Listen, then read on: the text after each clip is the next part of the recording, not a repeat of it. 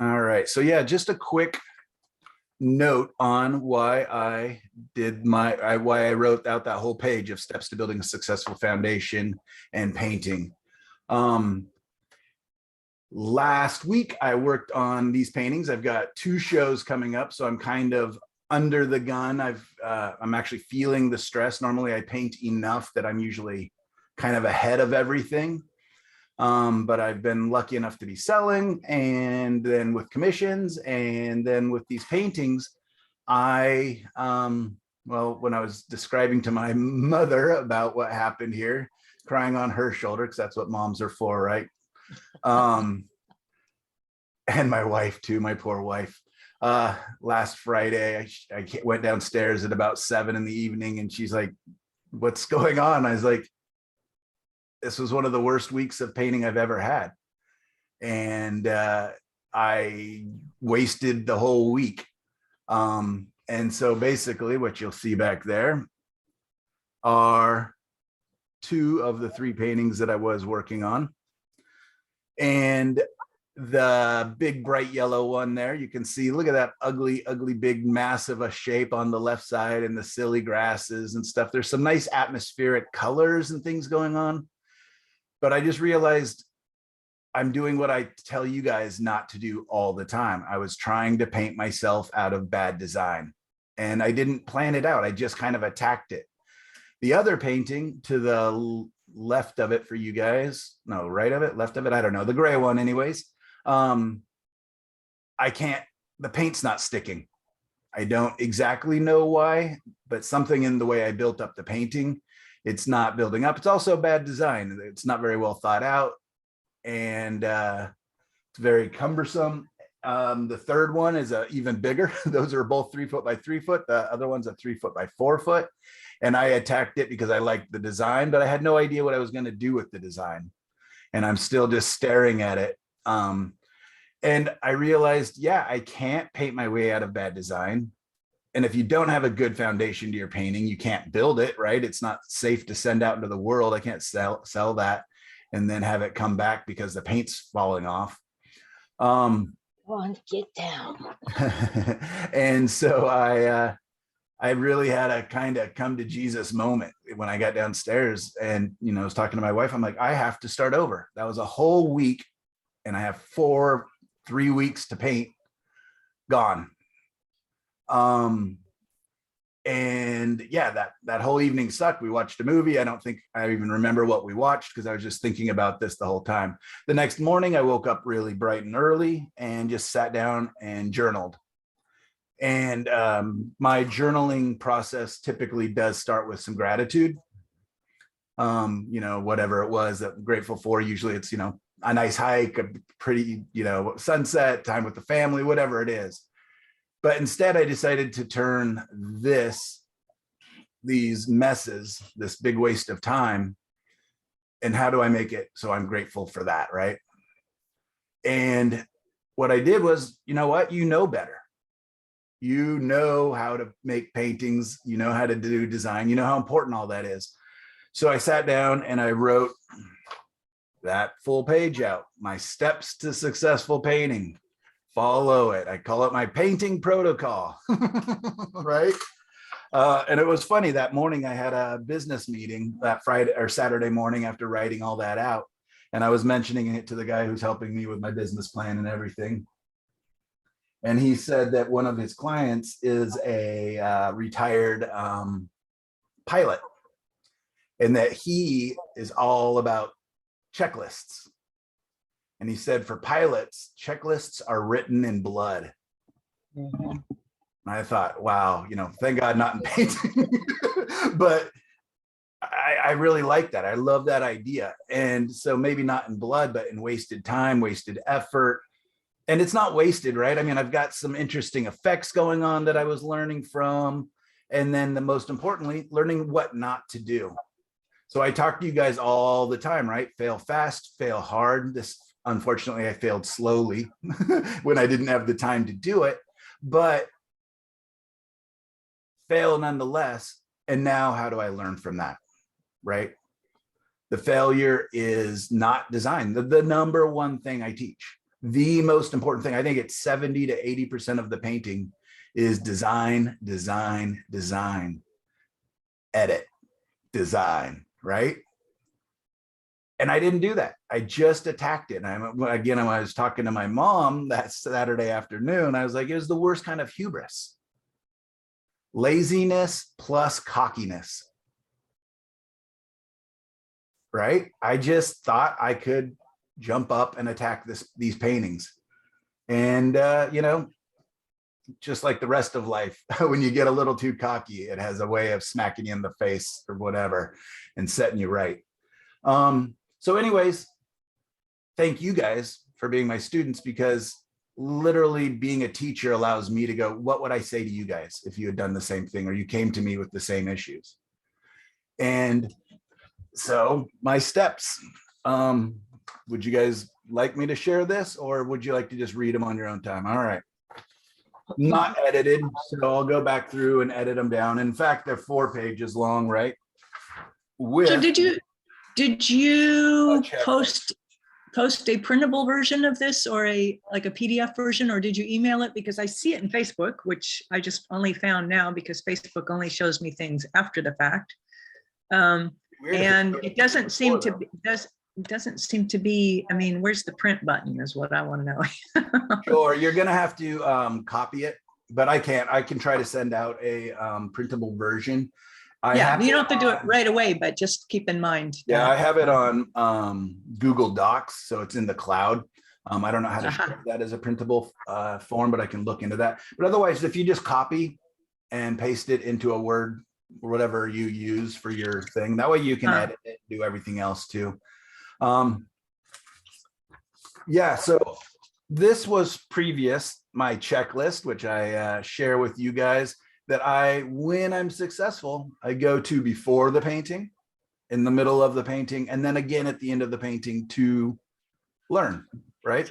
I didn't do any of that this week. It's so crazy when you are up against the gun and you think you need to go fast, how we make mistakes, right? And it just slows us down. I love the saying, go slow to go fast. And that is exactly relevant here, is design, design, design. Make sure it's right. Make sure it's doing what you need to do. So anyways, I'll send this out as a printable form too. I suggest printing up lots of these, or you can just simply write, keep this as your main form and just have a little notebook, because not all of these are relevant to every painting either. But number one, what's the theme, idea, concept? Like, what do you want to do? So all of these paintings I just attacked without even knowing. Like the gray one, I had no idea it was going to be gray. This one, I had no idea it was going to be yellow and pink and light blue. I just attacked them.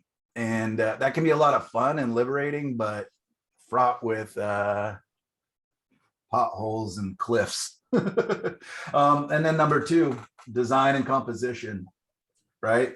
And then values, distribution and structure. Then my colors, temperatures and shift, my edges, paint quality, strengths, weaknesses. And strengths are things like what you're already good at in painting. Be happy, because we kind of forget to take note of the things that we've been practicing and you're getting better at. So it's good to write that down and remind yourself that you are learning and improving. And then weaknesses, needs more time, needs more work. That's the reminder. And then creativity, am I challenging myself? But really quickly, I'm just going to read this. It's hopefully not going to waste too much time here. But Michael Orwick's steps to building a successful foundation in painting. Collect, bold, first thing, underline, gather references for subject and design, colors, mood, and theme. This is often multiple influences or as many as needed that help me to clarify my plan for my work. What excites me about this idea? What am I hoping to convey? What feelings am I hoping to elicit from the audience, right? Plan, all right? This is what I completely skip, the plan. Sketch thumbnails and paints, pens or pencils. Use no tan or limited values to see the feel and strong underlying design and structure. Edit, edit, edit, and redesign. looking for flow and sexy shapes. My mom says I shouldn't say sexy shapes. I should say elegant shapes. Sexy shapes is just something that an instructor of mine used a long time ago and stuck in my head. Just one of those like, what? That's a weird thing to say. Elegant shapes. I like the word elegant. So I'll be using that hopefully if I can get that out of my brain. Elegant shapes. All right. Number 3, test. Small scale painting and or color chart, right? Which can be semi-abstract or just really loose.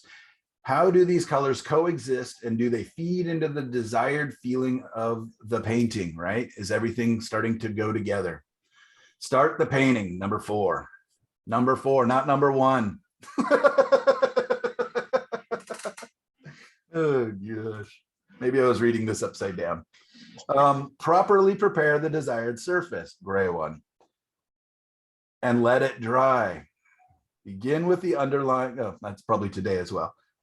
Begin with the underlying value plan and structure. Establish lights and shadow families. This is the foundation of the painting and the most important part. Number 5, pre-mix colors. Mix large piles of dominant and important mother colors to double check harmony and mood. Values do most of the heavy lifting, but colors get the credit. Paint. Build up a painting thin to thick. Remember to eventually use lots of paint. Let there be physicality and texture to the loaded up brushwork. Don't overmix or blend too much. Those are notes to myself. That is, I'm not telling you how to paint in that instance. That's just, I've become too reliant and it's too easy for me to just blend and smush the paint around. So that's completely for myself. So fill in whatever painting technique you desire there. Get away, step back, often to see the full picture. Set it aside or take a break from it for at least 15 minutes to get fresh eyes. This is important so you can give an honest, loving critique. One more visit at least. Fix what needs fixing. What jumps out as out of place or incorrect. Good, and this again is for myself. For you guys, good enough is good enough because I want you to just paint a lot. But good for me in my notes, good enough is not good enough. How do we make this great? Make it so good they can't ignore you. That's a quote from, a comedian. I can't remember his name. Anyways, it's a book title. Make it so good they can't ignore you. This can also be a time to ask for feedback or a critique from others you trust and respect the opinions and taste of. All right, ship, 3 exclamation points. Ship. Take high quality photos. Take a short video of it with a description of my why and or how and what I hope it brings to the viewer. Get it out to the galleries or offer it for sale on the website. So ship for me just means getting it out there, right? I've got too many paintings in this studio. I got to ship them, got to get them out of here. Promote. Again, this is for me, depending on what level you're at, if you're, wanting to sell or feel confident with your work, but I do suggest that, you share your work. Promote, share, let the people see what you have made, ask them to share it. It's amazing how that really helps on my Facebook stuff. The world needs what you are making. The more beauty in this world, the better off we all are. Start another one. That's my last step. Start another one.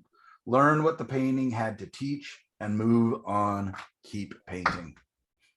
So I have made a vow that I will read this every morning as I get into the studio until I becomes real. Yeah, it's a whole, I've been teaching a lot of do as I say, not as I do. And I apologize for that. But I am also thankful for it. So it's nice. So I'm over it. These paintings are dead to me. They're going to go in the attic. I actually had them halfway to the attic and thought I should share them with you. Yeah, so the thing is, right, if I learn from this 1 week of pain going forward, that is a very minor price to pay in the scheme of things. I plan to paint for my whole life. plan to, so going forward, this could be a great week that I won't forget because of the pain, right? Most really great things in our life come from pain. And by that, I mean struggle, right? Like some of my favorite memories are hiking Machu Picchu with my wife and daughter, you know, the 3-4 day hike. Brutal the whole time. It was brutal. I was, you know, I kept telling myself I was going to lose weight and get in shape before we did it. But then all of a sudden you wake up and it's day start. But it was awesome getting up there. I mean, what beautiful moments we had between the aching legs and all the other things, aching back. Lots of hikes, right, that are just so tough are some of my very favorite memories. So the struggle leads to the reward. So anyways, thank you for letting me rant and share all of that with you. I will send you all your bill for my counseling. And anybody have anything to add to that? Hi, good morning. I'm sorry, I'm just now joined you. That's all right. I'll start again. No, but just I don't know, Michael, did you know Bud Clark, who used to be the former mayor of Portland and Goose Hollow Inn and all that? The guy who flashed the statue. Yeah, he's was my stepfather, and he just passed yesterday. Oh no. So I was with the family, and a wonderful, wonderful man. And there's some great articles about him and also some stories in the news. But I just wanted to, I'm compelled to just mention him, and that, but that's why I'm late getting up. I'm so sorry. Yeah. And yeah, that guy did so much for the city of Portland and the arts. He really was a big proponent for getting statues into the city and public arts. And yeah, that's sad to hear. He was 90 years old. I was gonna say I was really young when he was mayor or governor. But yeah, I remember my parents talking about him and my grandparents. One quick little story. So my birth mother that I found when I was an adult was his wife, Sigrid, who played in the Oregon Symphony. But there was a Christmas Eve and people had been wanting him to run for mayor. And we were at their house and we gave him a gift of the Portland, it was a tin of the Portland building, that one that kind of looks like a present in downtown by the statue of Portlandia. And Michael Graves, I think, was the architect. And we put some Oregon sheepskin slippers in there and stuff. And I addressed it to the mayor. And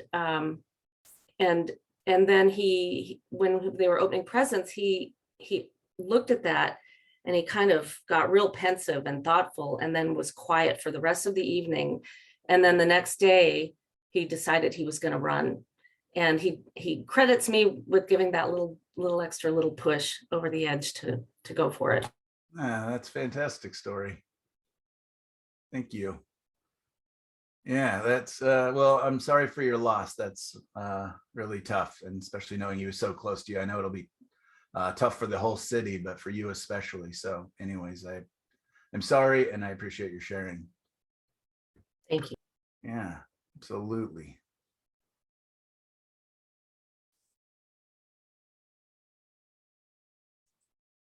All right.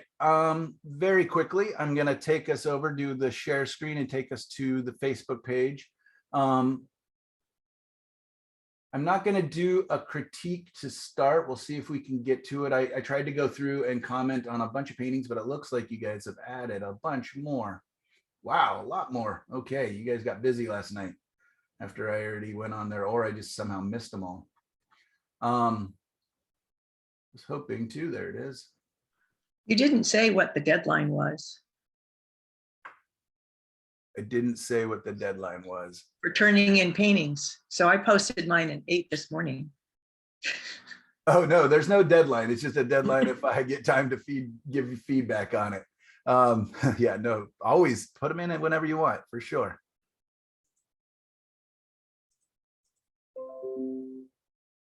All right, so you guys should be seeing the Facebook page there. And I'm just gonna quickly show you this video. I know probably most of you saw it. I'm going to turn down the volume of it. I do suggest you watch it with the volume, but because I'm using a really beautiful song by Ludovico Ionati, it won't let me post this class if it hears it. YouTube won't let me post it. So I'm going to turn down the volume on it really quick, and I will talk over it. So anyways, quick introduction of it. Just showing the in paintings. And then basically what I did was just put up a mid-value gray. That gray actually has some color in it because it's just a pot of acrylic paint where I just put all our extra colors into it and happened to make this nice neutral gray. So I use that, let that dry. And then you see how important my horizon lines are there. I almost always start with horizon lines, especially when I'm obeying my own painting protocol. And it was nice after being down on myself for the weekend and coming back and going, okay, I'm going to do it. I'm going to follow my plan.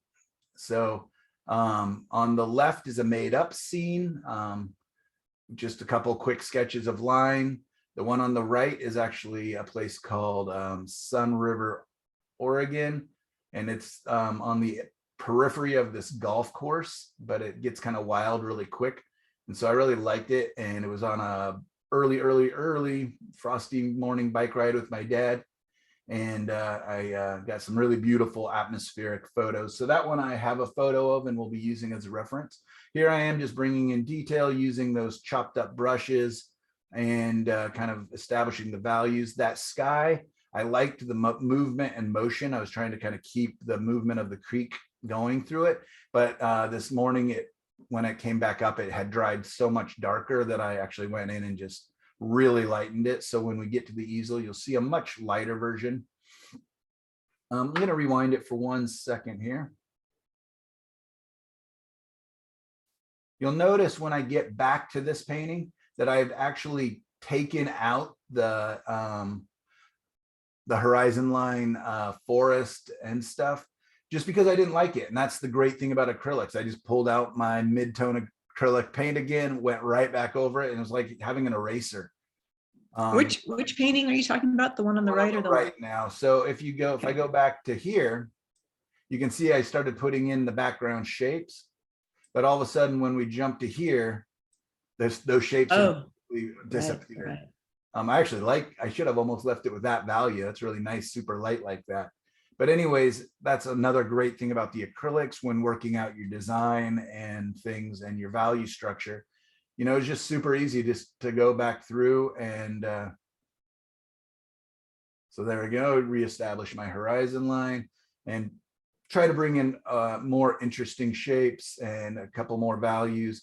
My horizon line gets a little bit wonky here on the left side, but I will hopefully come back in and fix. And then this part, I am actually using one of my daughter's watercolor brushes. It's very kind of bulbous towards the ferrule, towards the handle, and then has a nice fine tip, and it really held the acrylics nicely. I've got to be very gentle with it, so I would never want to do any scrubbing because it's a very kind of a delicate and kind of inexpensive. I think it's a $20 watercolor brush. But I wanted to experiment with it, and it was really nice. It really loaded up the acrylics and held them well. I think the big bulbous part of it would be to hold more water so that your watercolors would go further. But you'll watch as I use the pressure of the brush, because just a little bit of pressure, and all of a sudden I was able to get things wider. And the nice thing too with acrylics, go back to where my pinky's out there, is I'm able to steady my hand with oil paints. If I did that right, I'd be smearing it with my pinky. So yeah, there's a lot of nice benefits to starting the painting with acrylics. So let's just watch really quickly as I make these lines, and you can see within a line, it can go thin, really thin and thick, all within one. Even those cattails there that I just added, all I did was just push down for a second. Here comes another cattail, you'll see. See, I don't change the brush or anything, and the grasses, you barely press down, they get really, really thin. And then where I want them a little wider, push down, and then I can lift back up. So they're not just these real thick, solid, marks. They're thin, they're thick, they get some motion. And then just kind of close up so you can see how much texture is in there. It's, you know, probably somewhat worthless to have had so much texture in it because I'll be painting over a lot of it with the oil paint. But these are going to be fun to come back in with glazing today. And I'm going to show a combination of glazing and thicker paint. I know a number of you, seen some glazing with me in the past. It is something that most painting teachers don't really teach. It's kind of considered old-fashioned or gimmicky, or I don't know what. But I really want to share with you all the different things that oil paints or acrylic paints even are capable of. And even watercolor and gouache, you can do a lot of these same techniques.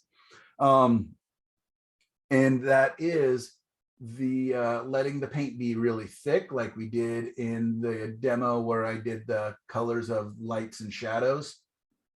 How do I get out of here? Nope, I don't want to replay it. I want to get out of here. And so that was really opaque, very direct way of painting. Kind of more like Monet would have done, or a lot of the Impressionists, kind of more of the alla prima, like you saw in some of those 1 hour demos that I did too, or even last week in the Zorn palette. And this week is what a lot of artists call indirect painting, where we are building it up. We're going to let it dry and attack it again. Yeah, hopefully I get time at the end of today to kind of come in and talk. I think Kathleen's is the last comment I left. So all these are new. Oh my gosh, you guys are just killing it. Wonderful work. All right, so much. I really appreciate all that. Let's do stop share and come back over here. So I've got the two paintings. The one of the cattails in the foreground is going to be much more of a kind of tonalist, very warm Indian yellows, earth reds with just a touch of French ultramarine or possibly the Payne's gray, but I'm thinking the ultramarine blue because when I mix that with the earth red, it makes very nice, beautiful darks. So it's going to be very warm, very yellowy towards the middle where the sun is and where it's going to be reflecting. And then it's going to radiate out a sense of warmth. It's going to be kind of a sepia colored painting in feeling, very tonal. And then out towards the edges, my goal is to have, what's that called when it kind of gets darker around the edge? It's a filter on Instagram. Vignetting. Thank you, vignetting. Thank you. The other painting, I was kind of intending to do a little bit similar, and I was like, oh, that's too boring. Let's use some of the things that we've learned in the last class about, or the 2 classes ago, about lights and dark color or value families and colors within those spaces. But I'm going to be using glazing to begin with, and then so to establish an overall color theme and feel. And then I will be doing spot glazing. So the sky and the water will be glazed a color, the trees and that field a color, and then the grasses a color. And I'll show you why I'm doing that and how I would use that, not as an end, but as a mid step. I will then be going back in and adding paint more opaquely on top of that, which is a really nice kind of a quick way to jump in after you've established your design, established your values. Now we're going to go in and establish our colors very quickly, kind of giving our big swaths of color. And then I will come back in with actual texture, thicker paint, more impasto paint, just means thicker, and add density to that paint. Does that make sense, you guys? Fantastic.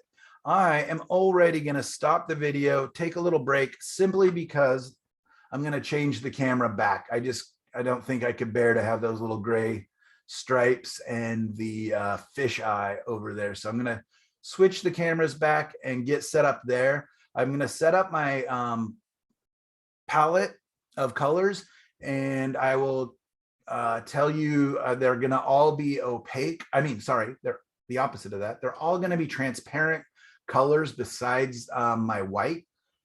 If I had a zinc white, this may be a good day for that. Zinc white is quite a bit more transparent than titanium white. So if you ever do think, boy, I would like to glaze with white, you want to use maybe more of a zinc white. And I don't know if flake white is any more transparent. I kind of don't really think it is. I don't know if I even have zinc white. I've just kind of stayed away from it. Zinc white does have a tendency towards cracking more than the other whites. So I've just kind of removed it from my palette. And I don't think I've replaced it. Anyways, I'm going to stop the video now and let's take, I think all of that. It's 9:39. Your sound has just gone.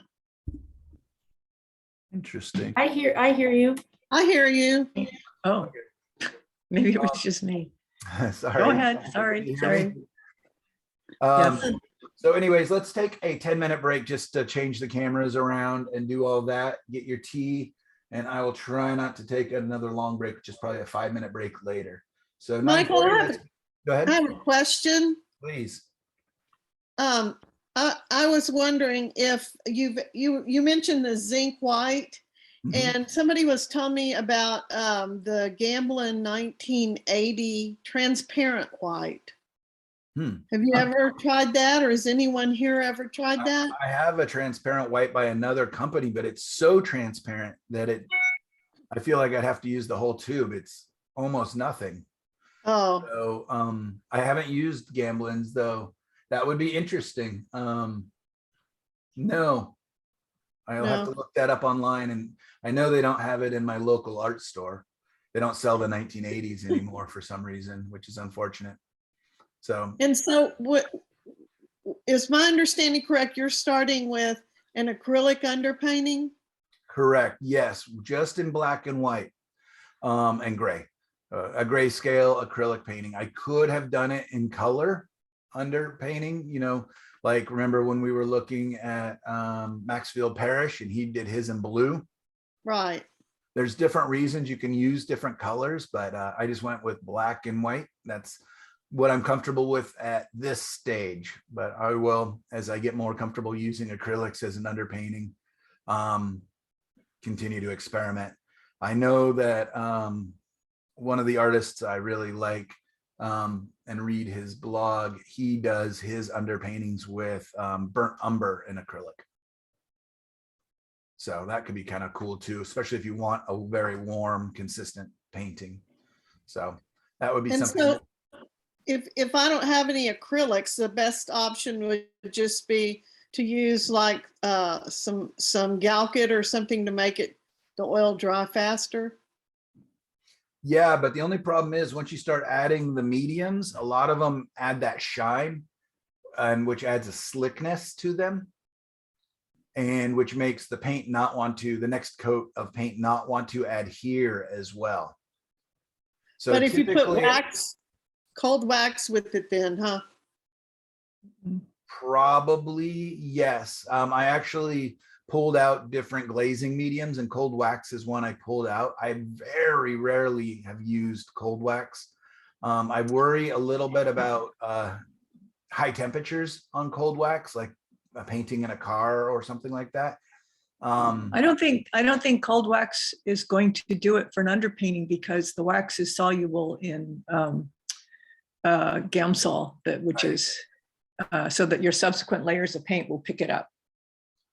Yeah. Excuse me, what about using just some black gesso and get a small thing of black gesso with the white gesso, and then that's essentially, then you can mix whatever for your underpaintings. Yeah, so I've done that. That's how I actually started this whole experiment of acrylics, is that's how I was doing it for the first quite a while.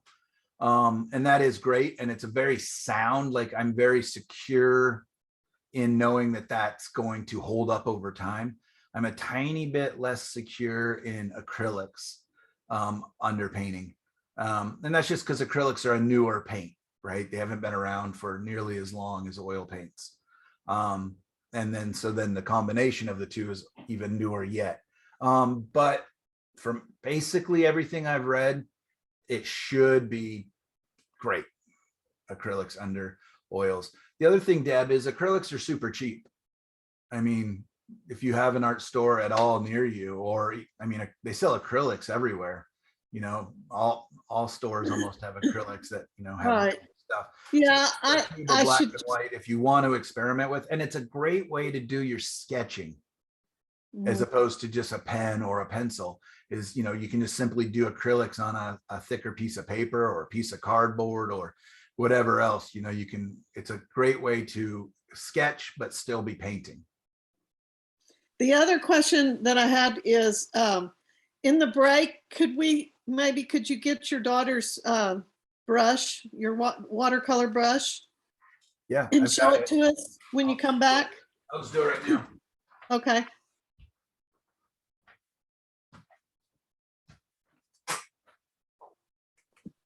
Ah, okay. Yeah, this is actually, think the other one's in the cleaner right now. The other one actually had a finer point and a slightly more bulbous end, but it was just this kind of a design. It's called a long round.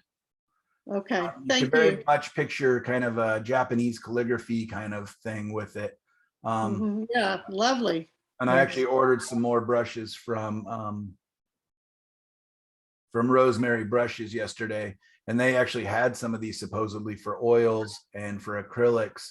And they had some Japanese kind of mop brushes that had similar designs. I've contemplated buying them, but I didn't. I think they're also called dragon tongue, aren't they? Ooh, I don't know that. I like that. Or sumie. Man. Sumie is like the ink. They use the ink. Oh yeah, this would be a great brush for using with ink. Yeah, watery ink. Yeah, I don't even know how my daughter uses it or if she does use it very much. Yeah, we had a really fun experience at the Plein Air convention when she was younger. We got to go up on stage and talk about our trip around the world painting with, you know, orphanages and different schools and stuff. And everybody, of course, you know, loves the cute little girl. I think she was 12 or 13 at the time. And there's all the vendors there and you know, selling you brushes and paints, and she just came home with boxes of art supplies. Everybody's like, come on, and just giving her stuff. It was really great. Yeah, she had a box of frames. I mean, they just gave her so much stuff, all like so many brushes. So she's got literally mason jars back there behind us. You can kind of see them, mason jars filled with brushes and stuff, which has been really neat. So she's still using all those 6 years later. All Thank right, you. I am now going to stop the camera. Oh, did I stop it? Nope, stopping the camera, and I'll see you guys now. How about at 10 o'clock? That'll give us 13 minutes. Make sure I get the cameras and the palette set up. And I'm going to start with the tonal painting.